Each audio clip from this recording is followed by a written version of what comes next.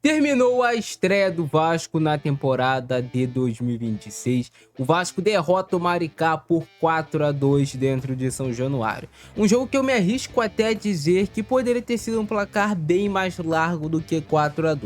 Principalmente se o Vasco não estivesse desatento em momentos cruciais da partida. Porque o Vasco estava muito bem no jogo. O Vasco até sofrer aquele primeiro gol do Maricá, o Vasco tinha uma posse de bola de quase 80%.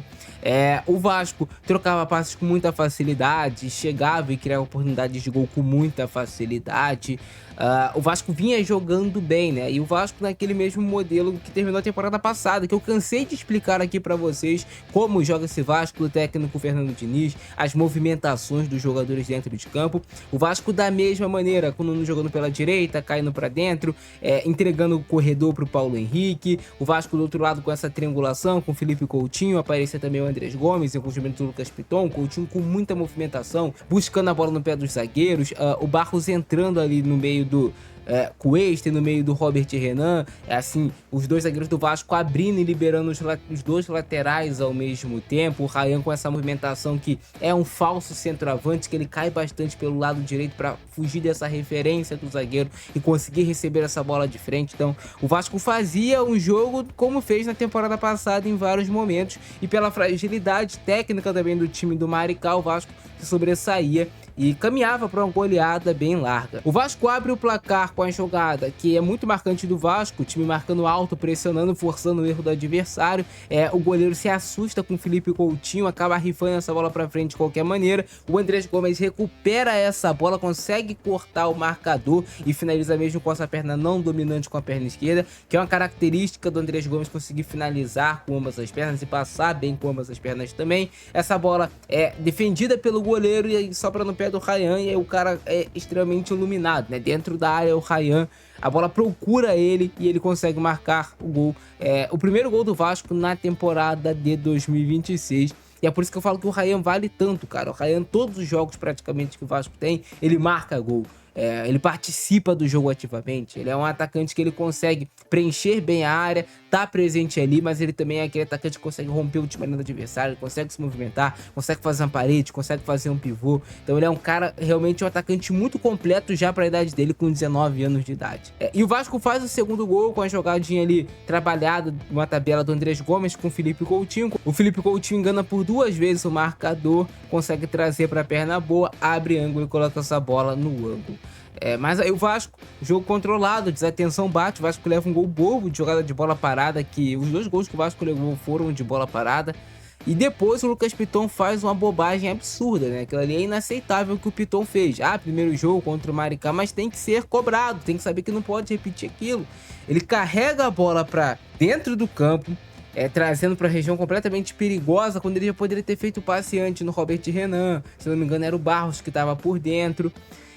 E beleza, você conduzir para você gerar linha de passe, mas eu vi muita displicência do Lucas Piton, tipo, o adversário ele não pode roubar essa bola de mim. E claro que pode, cara, é um outro ser humano também que tem a capacidade de fazer isso. Ele perde a bola, é obrigado a fazer a falta, e o árbitro, no critério que ele adotou, decidiu expulsar o Lucas Piton.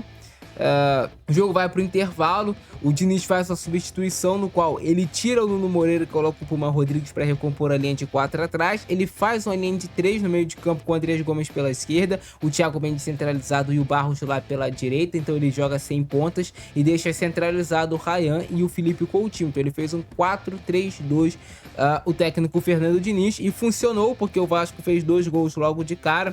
O gol do Ryan, né, que é muito a cara dele.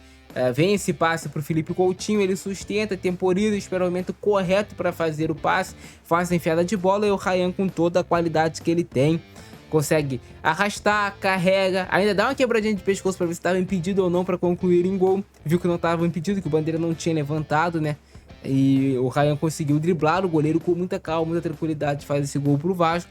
Depois o Vasco faz o quarto gol com o Cuesta, jogada de bola parada. O Vasco consegue se sobressair, o Puma Rodrigues faz o passe pro Cuesta, o Cuesta consegue, depois de uma boa defesa do goleiro, ele vai lá e faz o gol. Só que aí o Vasco volta a bobear de novo em jogada de bola parada, e leva mais um gol do Maricá. Porém o jogo fica controlado, o Vasco não sofre tanto, mas também não consegue mais agredir tanto, decidiu administrar o jogo. No final ali, entre o Verratti, ainda perde a oportunidade de gol. Entre o Tietchan também depois, no lugar do Felipe Coutinho, aí passa o Andrés Gomes e o Ryan para jogar lá na frente.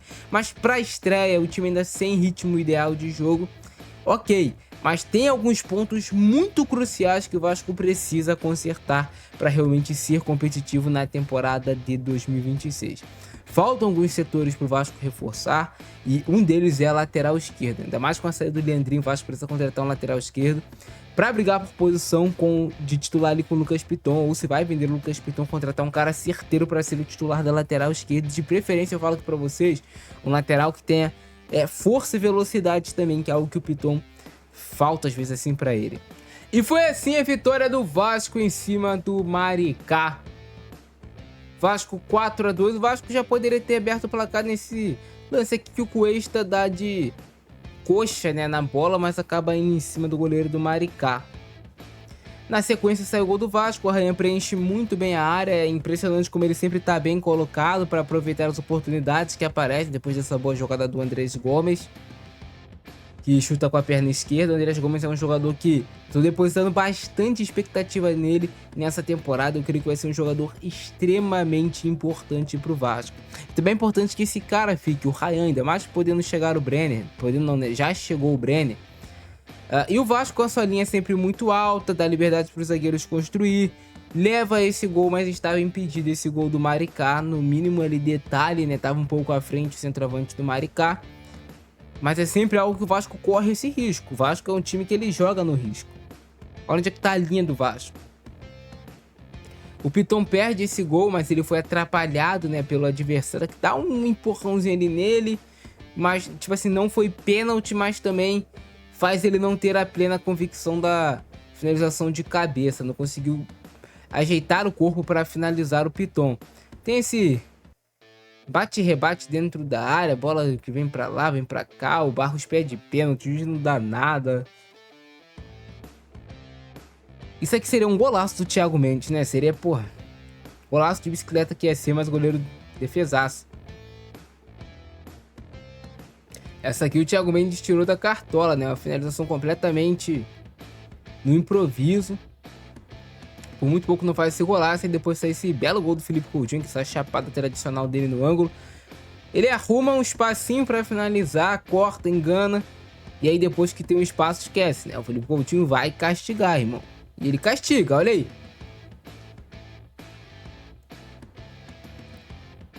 Gol de Felipe Coutinho, que seja uma temporada mais artilheira, com mais assistências do Felipe Coutinho.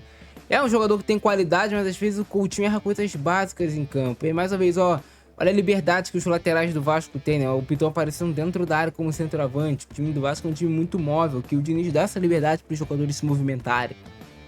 Mas a jogada do Vasco, quando o Andrés Gomes faz o corte, acaba sendo derrubado, sofre a falta. O adversário deixou o joelho nele. E aí vem essa cobrança de falta do Felipe Coutinho para a boa defesa do goleiro novamente do Maricá. Então o Vasco era em cima da partida, controlava o jogo, acelerava quando queria. O Maricá, assim, tirando aquele gol impedido, não ameaçava. O Barros perde esse gol completamente livre, que ele acaba cabeceando mal, né? Ele se posiciona bem, mas cabeceia mal. Boa cobrança de escanteio do Nuno. O Barros aparece e não consegue colocar na direção do gol. Acho que se ele colocar na direção do gol, é gol. Esse é o gol do Maricá, um gol meio que do nada, inesperado, né? O Maricá nem pisava no campo de ataque. Mas desatenção completamente do Vasco. E o Vasco levou muitos gols na temporada passada, se vocês repararem, de lances de desatenção. De jogador errando passe de meio metro, de jogador bobeando na marcação e deixando o adversário finalizar livre, de não ter ninguém nem incomodando como nesse lance aqui. Por isso o Diniz fica tão desesperado, porque, cara, vai repetir os mesmos erros da temporada passada. E aí o Piton vai lá e comete, né, cara? E aí o Diniz entra mais em desespero ainda. E sabe o que é o pior desse lance? Eu tenho praticamente certeza que se o Piton não faz a falta, o jogador do Maricá não faria o gol. O Barros estava se recuperando aqui já na cobertura, ia chegar o Robert Renan, ele não estava com o corpo todo ajeitado de frente. Era um gol difícil para ser feito. Mas aí o Piton, eu acho que mais no desespero, né, acaba sendo expulso. Beleza, foi expulso quando podia ser, eu não posso dizer, contra um adversário mais fraco, é o gol do Ryan. Oi, boa noite. Teve o gol do Ryan hoje. Por mais que o comentarista, né, o vascaíno Ramon, tenha ficado gorando a transmissão toda falando que o Ryan vai ser vendido, mesmo com essa proposta ridícula do Bournemouth de 35 milhões de euros, um valor baixíssimo, que você não faz nada hoje no futebol com 35 milhões de euros. Pra vocês terem noção, o Bournemouth vendeu o lateral Kerkez pro Liverpool por 46, 48 milhões de euros. Então, tipo assim, no final da temporada passada lá deles. E aí pagar menos do que isso no Ryan é sacanagem. Mas aí o passe do Felipe Coutinho no timing correto, né? E aí, se tem campo, se tem espaço pra percorrer pro Ryan, esquece, né? Bola agitada pelo Puma.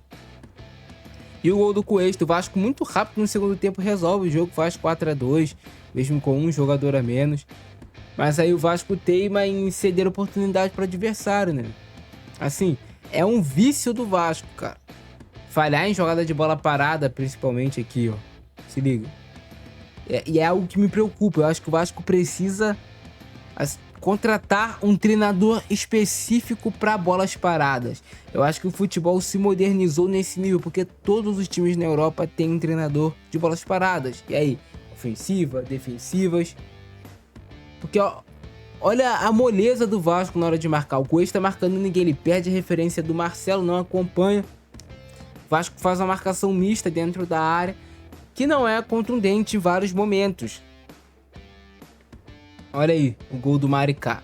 Depois o jogo vai se arrastar até o apito final do árbitro, não vai ter tanta coisa assim de perigo. Ainda vai ter uma bola aqui do Verratti, uma finalização perigosa dele cara a cara com o goleiro. Não sei se vai aparecer aqui no vídeo.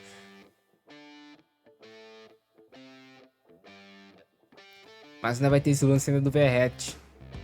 Que eles colocaram isso aqui do Maricá, essa finalização, mas não passou com aquele perigo todo. Mas o Vasco ainda é um pouco moroso na marcação, né? Depois de fazer os 4-2, tava 4-1 depois dos 4-2. Esse lance aqui de falta em cima do PH. O Paulo Henrique, que a gente sabe que tem muito futebol, mas que às vezes é um pouco... como é que eu falo pra vocês? A técnica do Paulo Henrique não é tão apurada assim. E aí, o gol que perde o Verratti não pode perder, né? Mas a movimentação dele foi muito boa, nem sei se estava em condição legal, se estava um pouquinho à frente.